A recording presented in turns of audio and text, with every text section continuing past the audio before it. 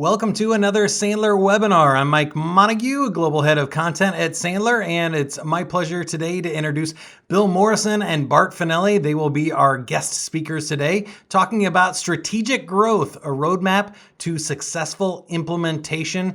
And as we come up here and getting started, let me tell you a little bit about Sandler in case you've never joined us before, and we'll give everybody a few minutes to jump on. Sandler is the worldwide leader in sales, management, and customer service training for individuals all the way up to Fortune 500 companies around the world. We train over 31,000 people a year in sales and management, and we get really good success ratings. People love Sandler, they hit quota, and we actually move the needle with people. So as I talk about that, this learning process with us is a journey, not just a destination. So when we think about this learning process and what you hear today, we want you to know that awareness is just the first step of solving a problem. You need to be aware that you have some. And so we're going to give you a ton of awareness today. Then we'll give you as much knowledge as we can cram into the next hour. And the chances are that you probably can't practice the skill or develop mastery of these techniques in the next 60 minutes. So we just want to be upfront that if you do want to go on that journey to mastery, that's what we're here for. And if you want to continue the journey on this topic, we recommend that you check out this special link. As a thank you for joining today, go to sandler.com/strategic growth. You can receive additional Sandler resources, contact a member of Sandler's corporate accounts team, or get a digital copy of the book, The Success Cadence, co-written by Bart Fenelli and Dave Mattson. And we have a special Sandler white paper on driving strategic growth. So check those out. It's www.sandler.com/strategic growth. We'll share the link again at the end, but don't be afraid to go check it out now. If you're already sold and you want more information on strategic growth, it's right there for you. Now I'd like to introduce Bill Morrison. Bill is the Managing Director of Sandler Corporate Training in EMEA. Bill, welcome and hello. Hello and welcome. Today I'm joined by Bart Fenelli. Bart is the SVP for Global Sales Strategy and Acceleration at the company OutSystems. He's also the author of Success Cadence, along with our own CEO Dave Mattson and Tom Schodorf. Today, we really only have one focus. And our focus in this conversation is about growing rapidly during troubled times. Bart, nice to have you with us today. Thank you very much. So glad to be here. Oh, that's okay. Now, Bart, here's the thing. I know you two ways. One, I was extremely honoured to be a speaker at your sales kickoff earlier on in 2020 down in Lisbon. And I'll be very straightforward and tell you, I probably get more from your presentation than any single presentation I think I've heard for such a long time, because I've never heard so much useful information about growth. And not just raha, go for it. I heard structure and strategy and process, which I thought was a very, very powerful thing. But let me start off with a tough challenge. You talk about success. You talk about growth. You come from a tremendous growth background. Because of the crisis we're in now, is any of that still relevant? Yeah, absolutely. Depending on where you are in your journey, and everybody's journey is different, the conditions of the market and the planning that you're doing should be scalable, and we should be able to either ratchet up or ratchet down our approach regardless of the market conditions. If you can't, that means you haven't prepared for the hard times. Maybe I'm sure I'm not alone, but planning for this current crisis would have been quite a challenge. So we've got a situation now where as recently as 6-8 weeks ago, the world looked in a certain way. And now there's a whole bunch of different dynamics going on. And I think my real question in here is how much of the classic, the growth approach that you've taken and you've pioneered, how much of that is still applicable in this sort of crisis situation? Actually, most of it, if not all of it. So, and to be more specific, the whole idea of the success cadence, or what I'll consider the combination of operational discipline and sales rigor or sales execution, it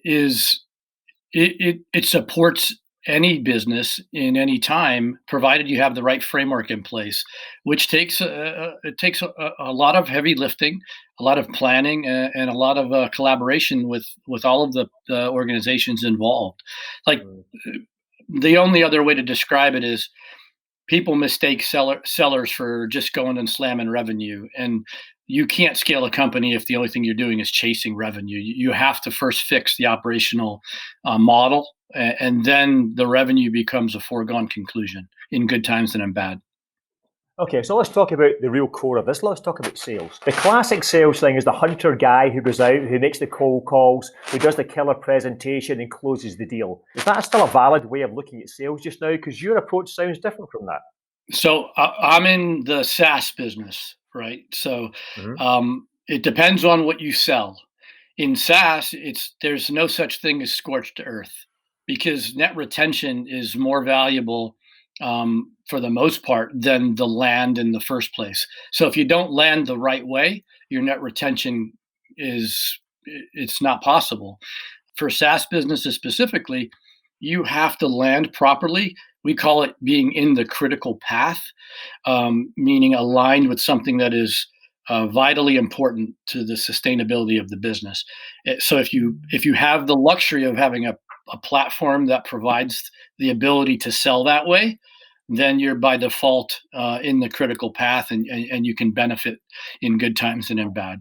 Okay, look at the world of software as a service and think, well, that's one of the more recent business models, and basically they've reinvented themselves, and we can all earn a lot from that. And I recently read an excellent article by McKinsey about customer success and where that comes from the whole SaaS world. Now, you're talking about landing properly and renewals and all that. Just talk me through what customer success and that whole landing it right sounds like. In our world, and I'll speak from my own terms. Landing, we call it landing in the critical path, means we're aligned with the corporate initiative that's meaningful. Takes time to find one. You don't run into one by chance. You have to research your companies, that you're calling on. You have to prepare, and you typically need a warm introduction, or find a way to an executive that sees value in the solution you're providing. If we start the process that way and qualify out whenever we're not in that particular sweet spot, then life becomes much easier, because we're solving mutual benefit. I sell you a service; it's valuable for your company. You're willing to pay me fairly for it. If that means we're both in the critical path, there's no mutual mystification in Sandler terms. Now, the progression starts from there. The propensity for an executive or a buyer to give you access when you are in the critical path, and then set up for successful deployment, set up for a fast time to value, set up for subsequent engagements where they can continue to receive value. That's the layer model, or land, adopt, expand, renew. It's a continuous motion. If you're not in the critical path, it doesn't matter. You can't do it. And I can give you examples, very clear examples, where if you sell short and you sell into corner IT or into discretionary budgets, the propensity to churn is exponentially higher than if you're in the critical path. That sounds like a lot of hard work, and a lot of sales guys, they go, just give me a lead, I'll close the deal. And what you're talking about sounds like a really structured organizational approach, that must mean there has to be organizational change from the selling side as well. You've got to set up the organization to do that, right? It is certainly a belief system that you don't implement once. You implement, refine, continue to improve and reinforce, and you have to live a certain way. Otherwise, you'll never reap the rewards of it. Being short-sighted is not. It doesn't serve the business well. So I guess what you're talking about here is that real growth isn't really just a sales function. That real growth has to come from making the whole organization aligned behind customer success. Is that a fair comment to make? Yeah, that's very fair.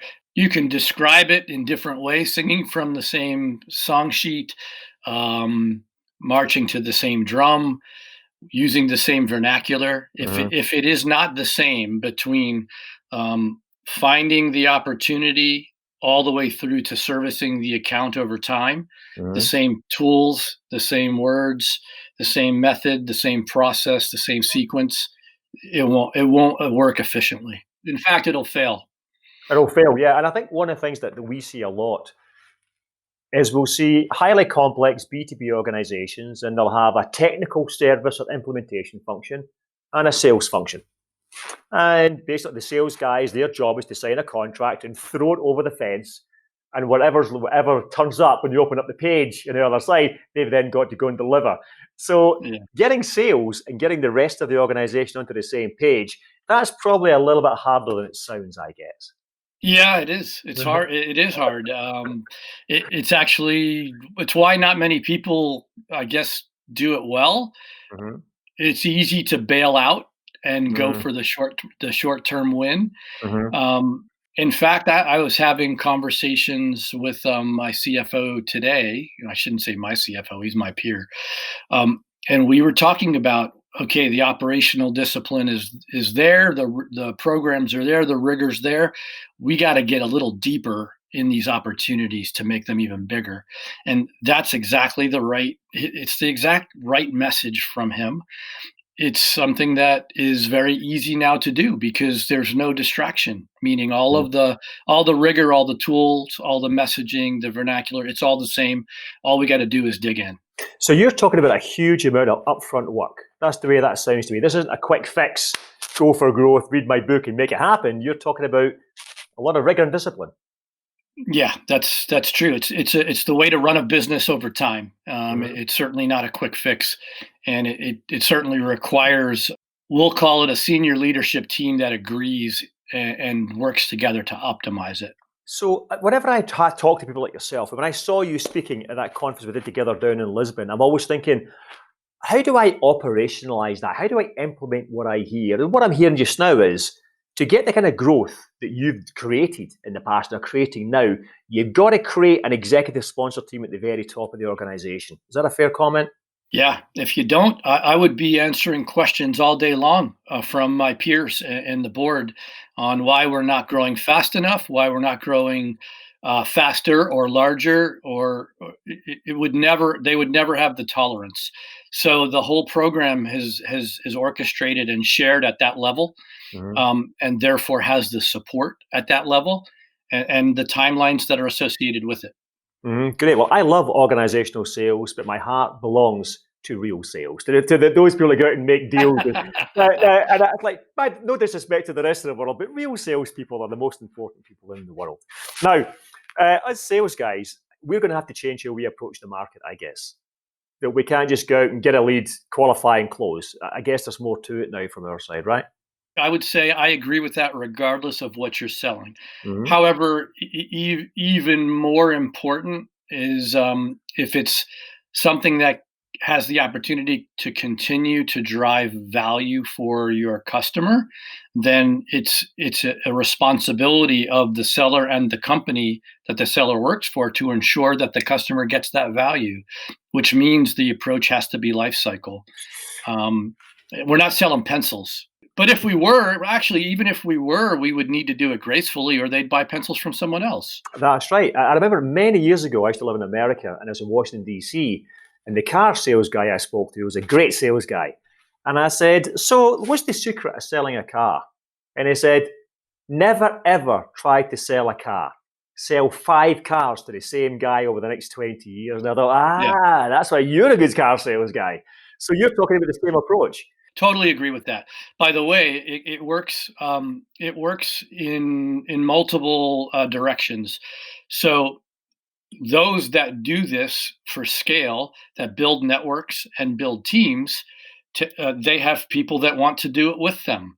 It's not scorched earth. If you were a tyrant leader and only worked to serve your self interest of short term success, you would never have anybody follow you. You'd never build a following in general, and your customers would suffer, and the companies you work for would suffer. You keep using the phrase scorched earth. Now, how does a sales leader scorched earth? Just talk me through that. So scorched earth is, you leave a trail, a disastrous trail behind you. Mm. And that's breaking glass is another way, I guess, to describe it while you're selling. And it doesn't work for the customer or the prospect, because they'll never buy from you again. Back to the car analogy. Mm. If you got ripped off by the car buyer, the car seller the first time, you're not going back. Mm-hmm. That car seller will struggle to build a book of business that's repeatable and Mm-hmm. scalable. Mm-hmm. And in software or in selling anything in professional services or whatever it may be, unless you deliver a product that delivers value back to the customer and it's scalable and repeatable and the experience is good, it will never come back to you. Someone else will take your place. Mm. Yeah, so that really sounds like a much higher level of customer intimacy. We've got to get closer to the customer. You talked about critical path. Now, I understand that phrase from project management. Critical path, I guess, means what? So critical path is it's not we can't sell as a commodity. We have to sell to solve a big problem, and we have to spend enough time to be intimate with that problem and to uncover the problem, the pain that it's causing for those Mhm. within the organization we're selling to, and then eventually we have to give them the answer or help them solve the pain or solve the Yeah. problem, and that requires intimacy and time. I don't know how you extract millions of dollars any other way, or even hundreds of thousands of dollars any other way. As we're talking now about sales leaders, we all know that sales leaders and their teams touch base on a constant basis. The whole idea is the heartbeat of communication and the heartbeat of communication between sales and customers. And I noticed that when you and our own CEO, Dave Matchin, wrote a book, you chose the title Success Cadence. Just why cadence? Interesting choice of words. Without a cadence internal, facing internal organizations and external to your customers or your prospects, there's no way you can set patterns. The cadence is really another way of saying there has to be patterns, and our job is to There has to be identify patterns. patterns and then refine behavior within the patterns as best possible, and that's how we get the best results. I get a couple of examples. If you're in a publicly traded company, everything is set from the board meeting backwards, right? And the board meeting usually is in the fourth month or 1 month after you close a quarter. Everything we do in the field, all the way back to the beginning of the quarter, is orchestrated in sequence for the purpose of not having to jump through hoops to prepare for a board meeting. It should all be the same. So therefore, the cadence is set in advance. We know what to expect, and all we do is refine on our steps within the cadence. That's it. It sounds simple. It's very hard to do. Just because something is simple doesn't make it easy. It's the hardest things in the world to do are simple. Yeah, it doesn't make it easy. However, what I'll tell you is the first thing we did at OutSystems is exactly we set the calendar. That's the first thing we did is we set the corporate calendar from the board meeting back for the whole year. And then I backed we backed the organizations into what the sequence of events would be, just as if you would schedule or converse on a sequence of events to close an opportunity. We schedule sequence of Mhm. events to be prepared from the beginning of a quarter back to from the board meeting back to the beginning of a quarter, and we've been refining it on a quarterly Mhm. basis. Okay. Now that requires obviously quite a lot of preparation and a lot of internal work as well. So one of the phrases we hear quite a lot is things like sales optimization and sales enablement, which certainly over here in Europe are still relatively new terms. What's your thoughts on those two Um, ideas? so enablement is a misused term quite often. Mm. Um, in not that it's a bad thing, but people misunderstand or miscategorize what enablement is. The belief system that I subscribe to, and many others that have been in the business a long time subscribe to, is there should never be what we call drive-by training or drive-by enablement. So what that means, if you peel a couple of layers of that back, is the only thing we should train on is what is used within the running of our business day to day, period.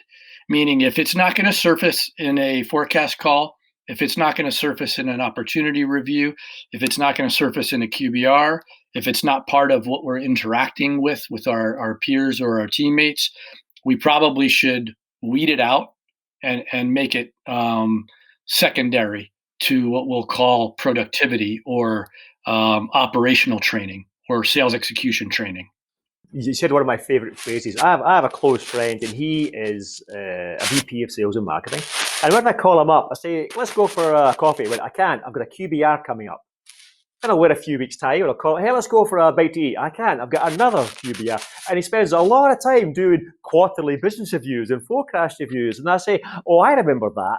And I've been in so many of those, and I struggle to remember them adding a lot to my growth strategy. So when you see QBR, that doesn't sound to me as though it's just another layer of admin. You seem to be taking a different approach to the internal review process. It's really a great observation. And I think I remember many times in my career where all that was a beatdown session. More than anything, there was nothing productive that came from it. And I've grown to take a different approach. Not that either is wrong. It's more of a style. However, for us, there is no surprise.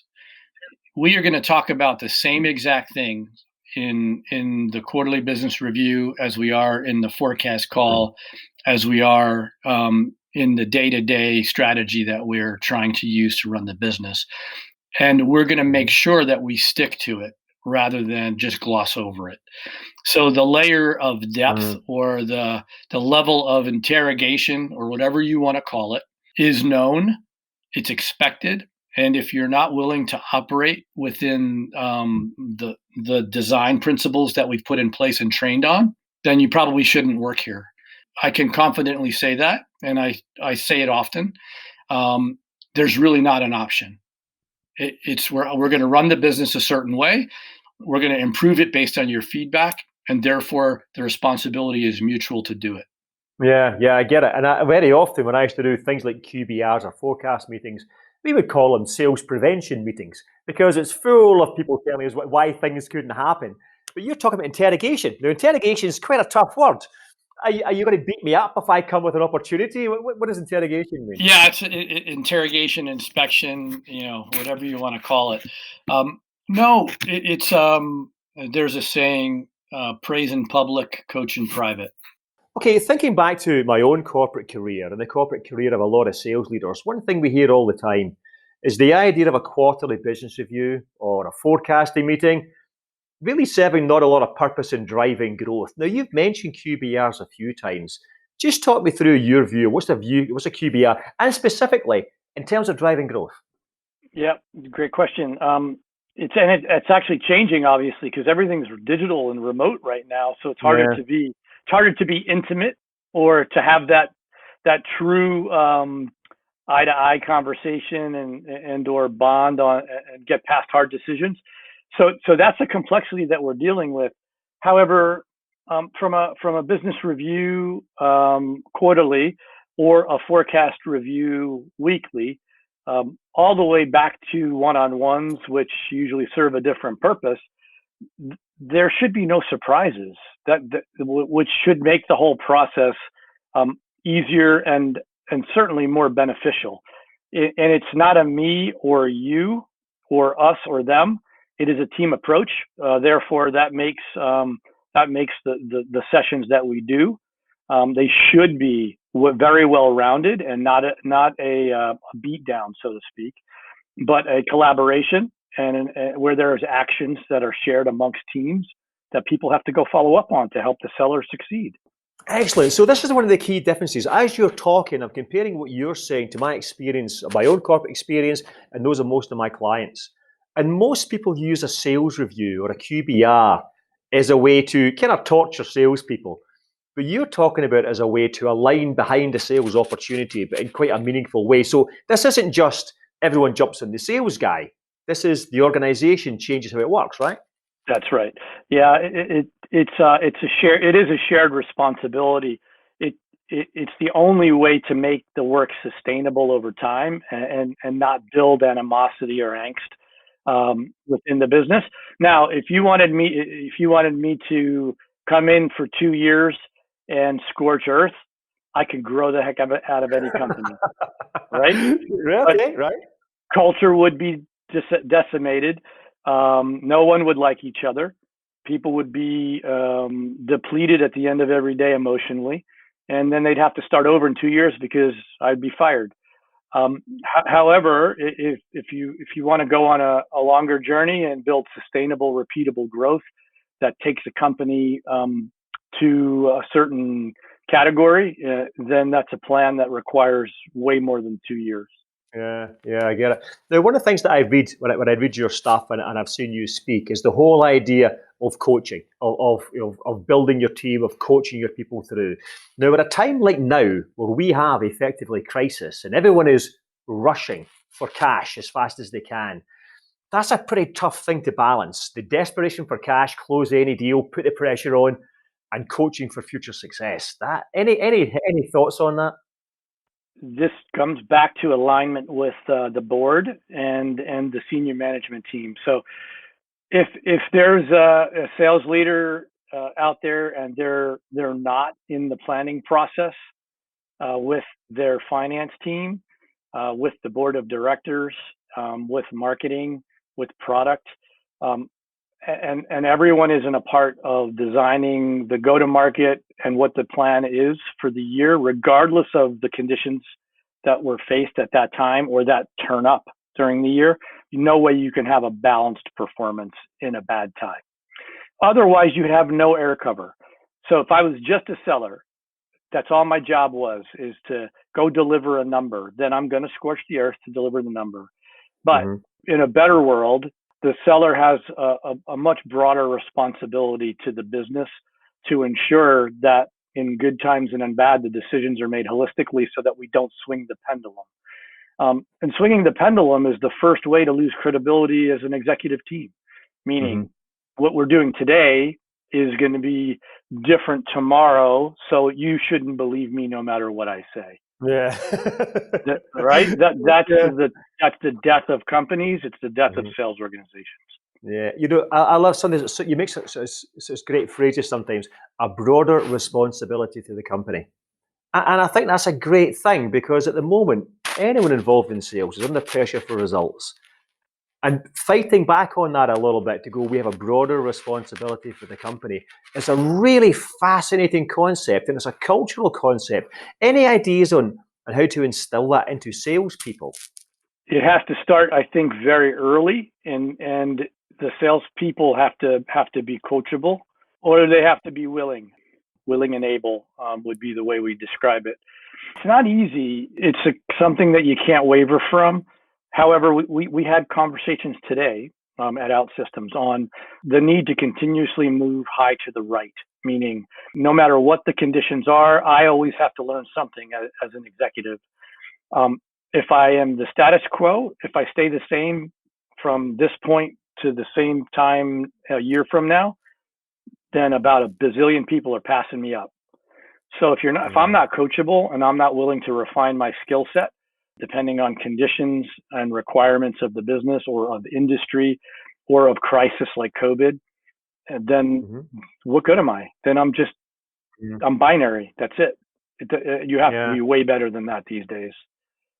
Yeah, I've got it. So I think a big part of you're saying here is that leaders have to be self-developing as well. Oh, absolutely. In fact, I think companies that don't invest heavily in sustained operational discipline they just won't survive, or they'll survive, but they won't thrive. They won't scale.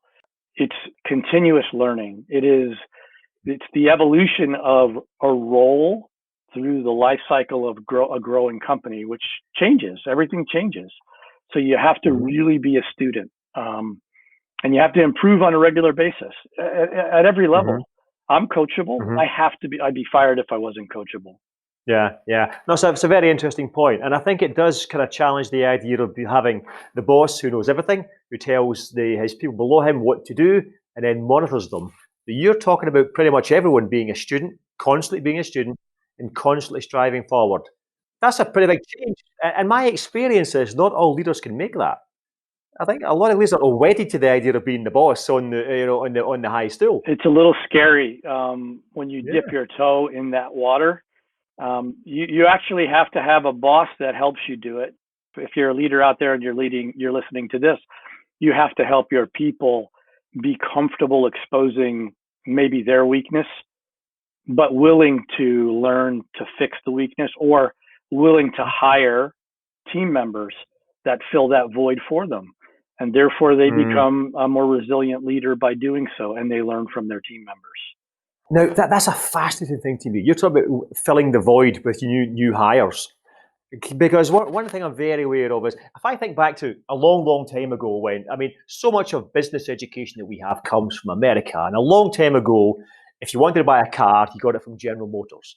If you wanted to buy a fridge, you got it from General Electric. And everything was all big organizations, and there was perfect knowledge. And all we had to do was administer that perfect state and then grow by 4 or 5% every year. And now that seems to be so radically changed. Yeah. And we're all going, oh man, everything's changing all the time. And now, one of the things that definitely is the idea, there's a good salesperson profile, and I'll hire a good salesperson and off they'll go. But you're talking about hiring for gaps and things. So do you see sales requirement as being, well, my team needs that style of person, do we need this type of approach? Or do you favor the cookie cutter approach? All my sales guys look like that. I used to think that I wanted everybody to be the same. And all you do is highlight your weaknesses by doing so, and you're good at one thing, or you're good at one style, which now lends itself to the theory of, which it's not theory, it's practice. It's continuous evolution as a seller of skills, the ability to master tools, the ability to master leadership, the ability to master creative thinking and inspiring people. So many sales people believe that's all like fluff.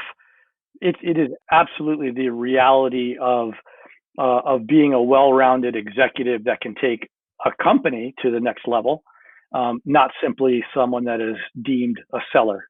Yeah, so suppose if I came for a job and I applied for a job with you and you were interviewing me, I suppose one of your questions would be something like, what's the last thing you learned? Is that the kind of, would you want to know that? Do you want learning people? Absolutely. So there's a skill will matrix or a willing enable matrix. It changes quarterly, which means if you're not a learner, then don't bother. Okay, right, you ready? Yeah. What's the last thing you learned? The last thing I learned is I wasn't close enough to the business to please my peers. Wow, that's a good, well, that's a very honest thing to say. That's a tremendous thing. It's the truth. Because that's great. To have that level of self-awareness is something that very few people, I think, would have and would share. Not close enough to the business. It's the mirror test, right? So I got to look in the mirror every day and believe in the processes, the tools, and the structures I put in place, which means I have to live the same way. So therefore, one of the benefits, by the way, of having a strong operational structure and an integrated team is people are comfortable sharing. And when people are comfortable, peers especially are comfortable sharing, then you take their feedback very validly, and then you make the adjustment that you need to make. And because you have an operational cadence in place, you have everybody running to a pattern. You can do it.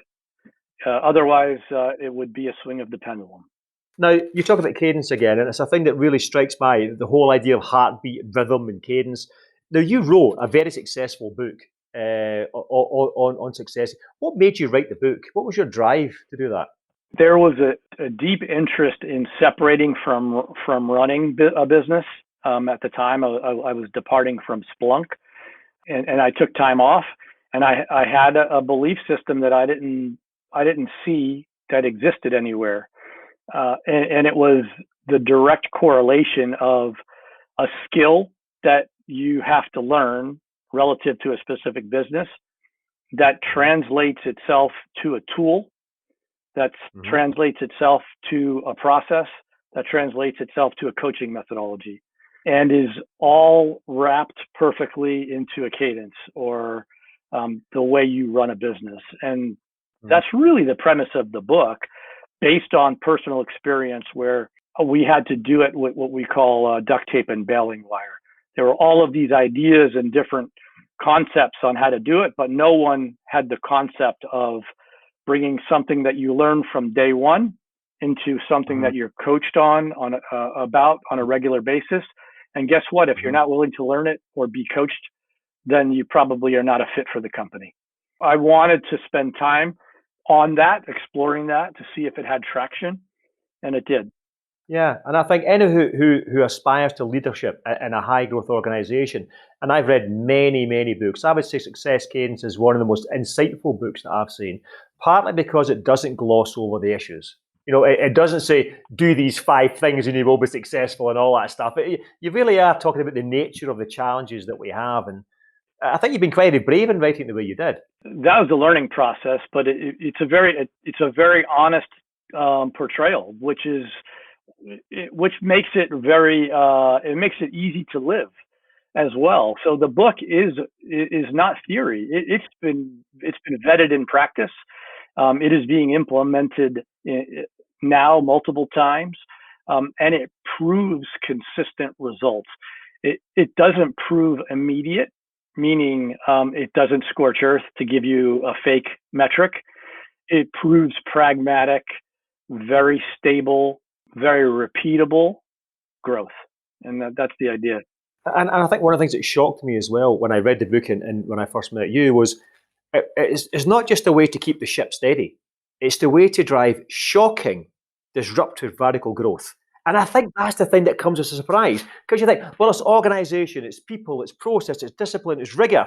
You think, oh, that sounds really boring.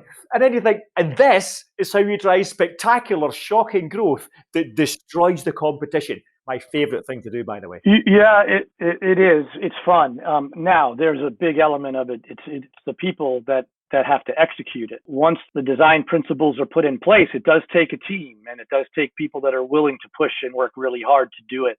And that's probably even the harder part. However, once you start to have repeatable experiences with high performers, the trust and the belief system is it's infectious in a sense, and that's what helps the growth. Okay, so a lot of this is coming down to the idea of mindset, organizational mindset and personal mindset. Yep. I got most of my mindset by having been lucky and having fantastic bosses through most of my career. And I just saw genius and ripped off, which I think is a good thing to do. How would you say to leaders here, how do you instill a mindset? Any ideas on that one? Well, the only way I can help on that front is to try to lead by example. You have to want to change your mindset. That might sound hokey, but mindset is a personal thing. You can find people that have an open mindset, or those that are willing to experiment and to try new things, compared to those that are fixed or set in their ways to the point where they will never make it. And we experienced that, by the way. Coming into a company, you get exposed to people that will never make the journey. They will never make the transition to a new way, and you get the same type of comments from all of them. Well, we don't do it that way. We've done it the other way for 4 years. Well, it's not working, so we're going to change it, and here's why. Let me explain how it all fits together. There's pieces to the puzzle. It's methodical for a reason. And if you're not open to that, then maybe we should have a different conversation, because it's probably not going to be a healthy existence for you or me. I saw you speaking, and you said something which shocked me for its simplicity and for its honesty. And what you said was, during a time of radical change, I think you meant radical growth, but radical change, some people leave a team, some people change their jobs within that team, and some people get fired. Yeah. And I thought, I've never heard it put quite as simply as that, but I've lived through that 5 or 6 times. Yeah. And I've done that. And I thought that's a really, really clear way of looking at a tough thing. So I suppose if you're a sales leader and you're going, well, who's in my team? Even people who've been successful in the past might not be successful in the future. So you're going to have to make some tough decisions, huh? It's the hard part of the job. there's different ways to do it. Some people come into an organization and just do across the board changes and try to do it all at once. There's a tolerance, depending on the company and the culture, there's a tolerance for that or a lack of tolerance for that. Depending on the style of the leader, that's the easy, unemotional way. However, I think something more enduring from personal belief is to do it pragmatically and try to bring people along, and then find the natural cut point where if they're not willing to come along, you have the hard conversation. But you set that up front. We know those are the table stakes from the very beginning. That's a key point for me. Yep. Making it very clear beginning, this is how we're going to rock in this organization. Yep. And setting the ground rules. So I suppose there's a lot required to say, what are my ground rules and how will I establish them with the team? Is that fair? That's exactly fair. And it's a requirement that everybody's measured the same way, actually. Otherwise, it becomes personal and not about the business. So having the cadence, the tool set, the skills that we know are required, all of that predefined, and sharing it up front makes it a choice. And either they come on the journey or they don't.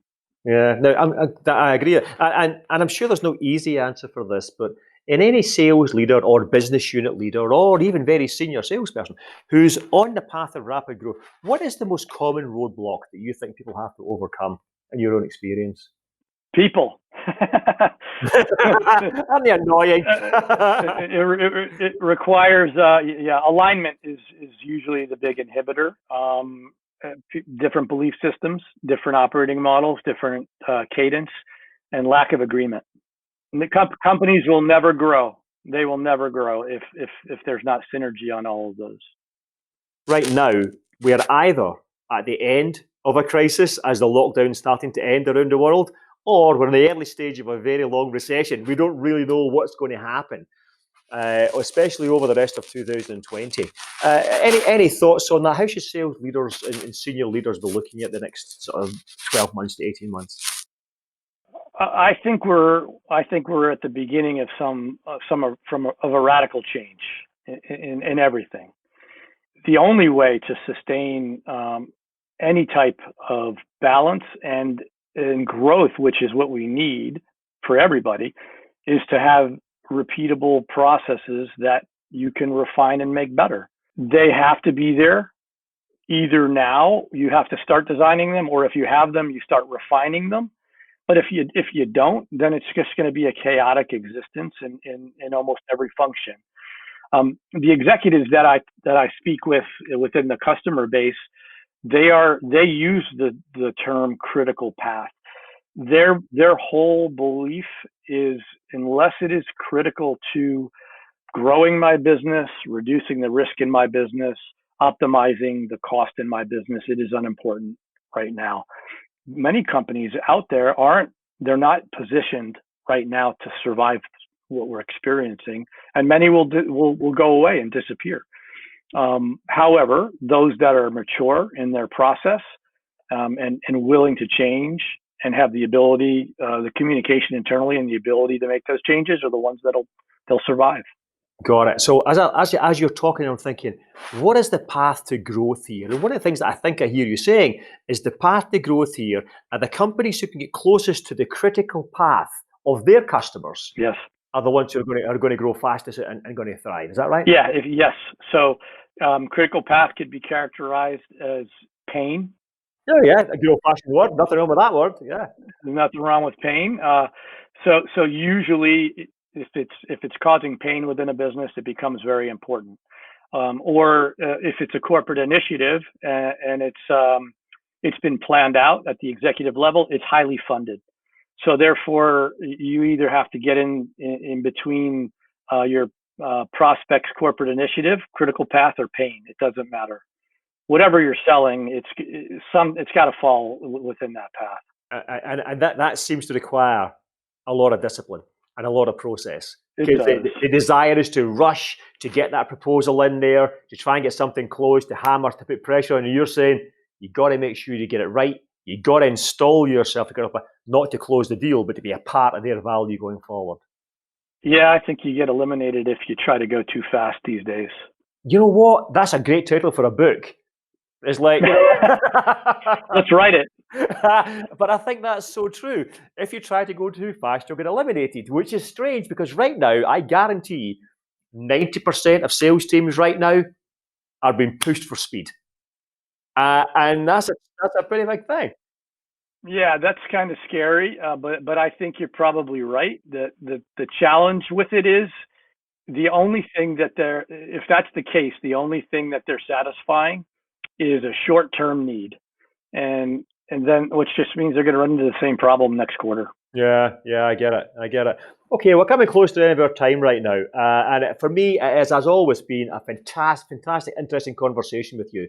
I think your perspective in sales is profoundly ethical, which is what I like about it, because it's about if I bring value for the longer term, or my customers put up I will be properly rewarded for that. And I think, what a great deal. So that's a very elegant way. I don't know if it was the statement or if it's your beautiful accent. I'm not sure which one it is, but it sounded spot on. In fact, if I'm a seller and I don't follow that path, maybe I should be ashamed. It's what gives sellers a bad name, is trying to be short-sighted. Okay, well, that's fantastic. Yeah. Yeah, me benefiting for my own reasons for one quarter. That's not okay. Exactly. Well, I have to say, in a time of crisis and a little bit of panic, this has been a very refreshing conversation. And again, for anyone who hasn't read the book Success Cadence is an outstandingly good read. And we have a little copy up here on the screen. And it's Unleash the Success Cadence. It's a tremendous read. And anyone who is a leader or aspires to leadership or takes their job seriously, professionally, should read that book, because success is never an accident. Is that a fair comment? It's never an accident, and it's certainly not guaranteed. Yeah, that's true. Okay, well, again, thank you very much, Bart. It's been a great pleasure talking to you, and I hope to hear from you again sometime soon. Thank you. Thank you very much. Thank you, Bill and Bart. That was Bill Morrison, Director of Corporate Training in EMEA for Sandler, and Bart Fenelli, co-author of The Success Cadence. You can check out that book for free in the digital copy if you go to sandler.com/strategic growth. Again, guys, thanks for the time and insights today. And I want to remind everybody to go check out that link, get additional Sandler resources, connect with a member of Sandler's corporate training team, or get that book for free. It's sandler.com/strategic growth. Thanks for joining us. And until next time, good luck and good selling.